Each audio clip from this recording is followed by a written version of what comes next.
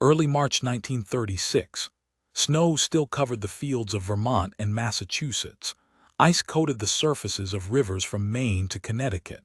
Cold air settled over mill towns along the Merrimack and Connecticut watersheds.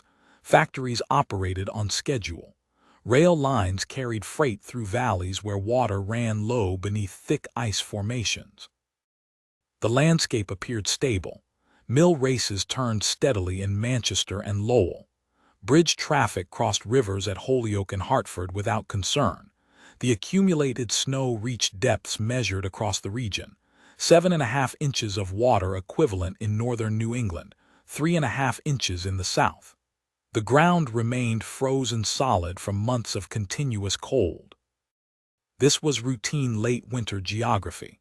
Rivers flowed in their channels beneath ice that had formed during an unusually severe season.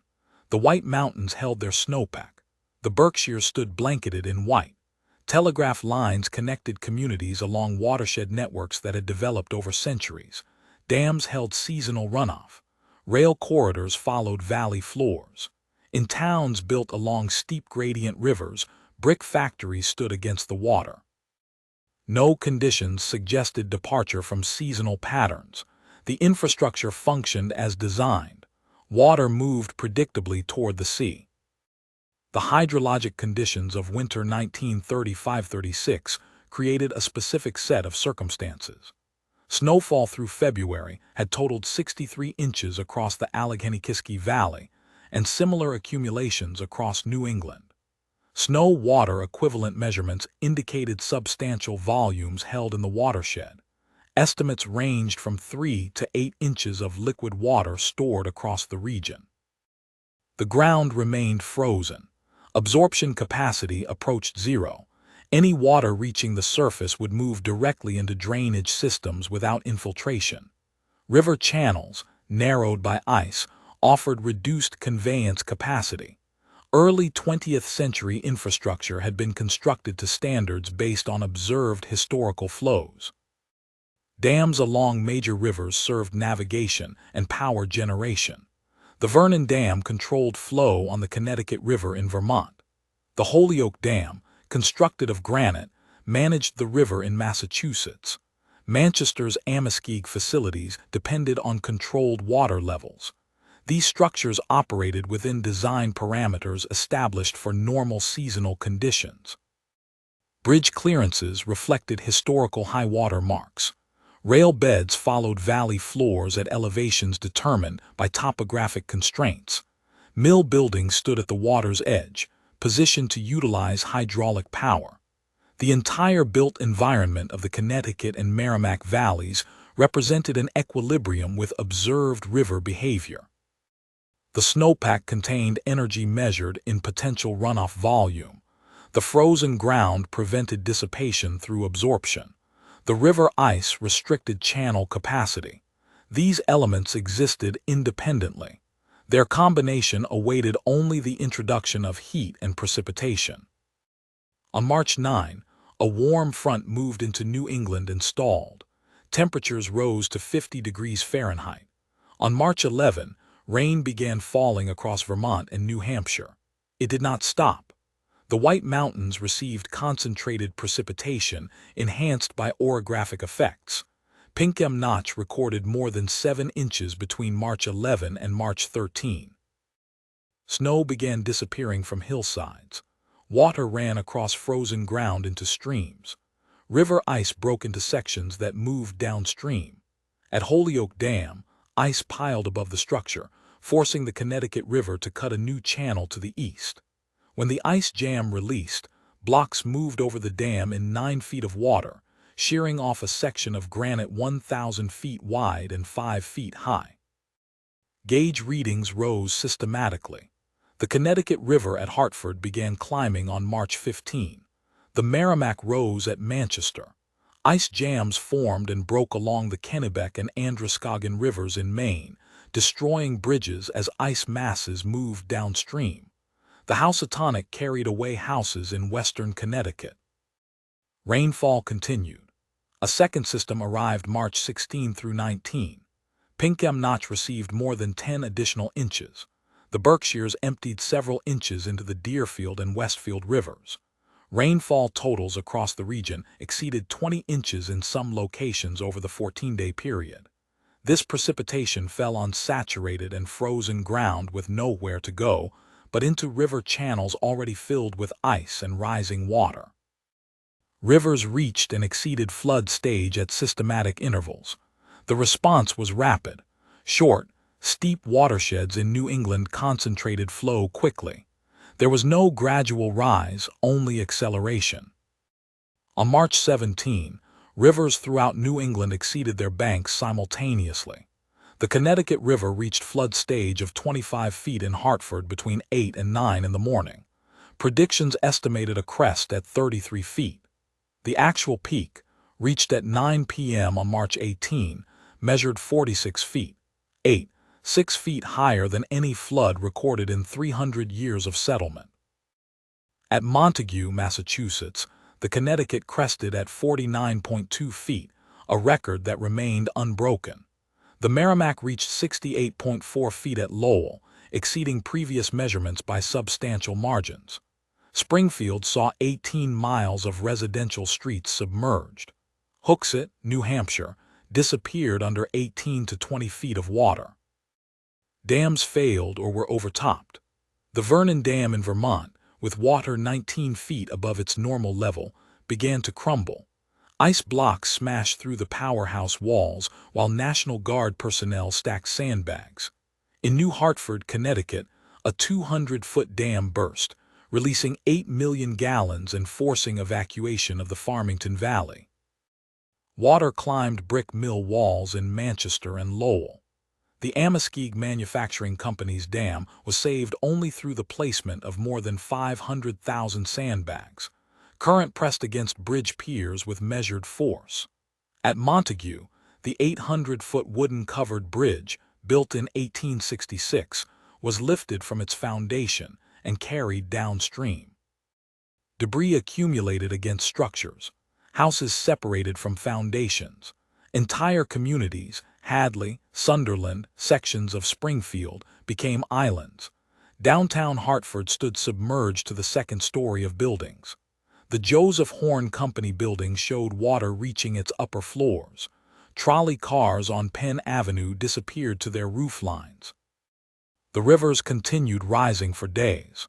Peak flows were reached on March 18 and 19, then sustained for extended periods before recession began. Rail service stopped as water covered tracks and undermined roadbeds. The New Haven Railroad reported numerous washouts. The Central Vermont Railway experienced similar failures. Bridges along rail corridors were destroyed or damaged beyond immediate repair. In Maine, 81 highway bridges required rebuilding. 50 bridges in western Pennsylvania were lost. The Pennsylvania Railroad's main line faced erosion at Braeburn, where floodwaters cut a channel 2,000 feet long near the rail bed. Engineers considered dynamiting Lock and Dam No. 4 to protect the tracks. 700 men worked continuous shifts placing sandbags and dumping rock to prevent further erosion. Electric power systems failed. Hartford lost electricity on March 17. Full restoration required 8 days. Pittsburgh's power went out the same day, leaving the city dark for more than a week. Telegraph lines were severed. Telephone switchboards in flooded buildings went underwater, cutting communication. Mill towns lost water service as treatment facilities flooded. Pumping stations without electricity could not operate. Fire hydrants showed no pressure.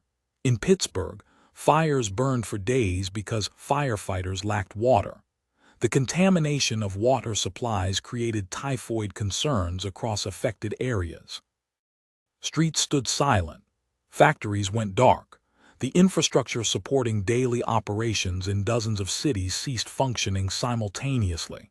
The Connecticut Valley, the Merrimack Valley, the Allegheny watershed, all experienced the same systematic failure of interconnected systems.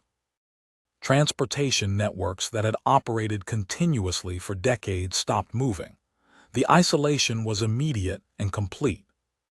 Communities became unreachable as bridges failed and roads washed out. Springfield, Massachusetts, reported 15,000 residents homeless by March 19. The National Guard was activated for search and rescue operations.